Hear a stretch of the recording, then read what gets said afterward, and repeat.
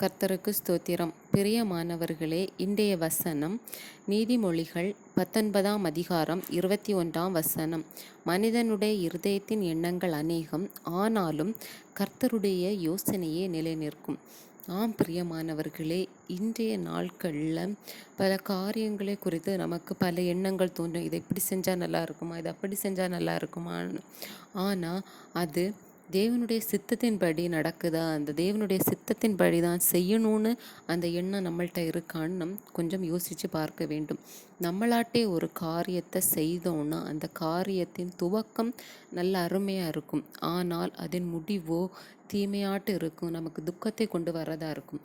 ஆனால் நம் நினைவை விட தேவனிடத்தில் நாம் உம்முடைய சித்தம் என்ன என்று கேட்டு அதை நாம் செய்வோம் என்றால் அது முதல்ல நமக்கு கொஞ்சம் கஷ்டமாக இருக்கும், ஆனால் போக அது நமக்கு சமாதானம் சந்தோஷம் நிறைந்ததாக இருக்கும்.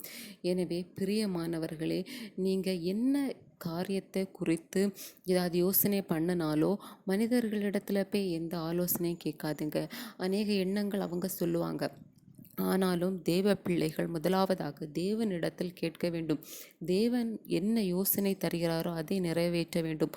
அப்பொழுதுதான் நம் வாழ்க்கையிலே சமாதானம் சந்தோஷம் இருக்கும்.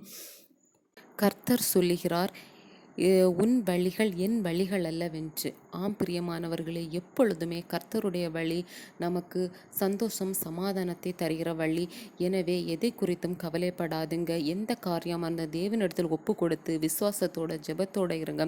கர்த்தர்தாமே உங்கள் காரியங்கள் எல்லாவற்றையும் வாய்க்க பண்ணுவாராக. கர்த்தர்தாமே உங்களை ஆசீர்வதிப்பாராக. ஆமேன்.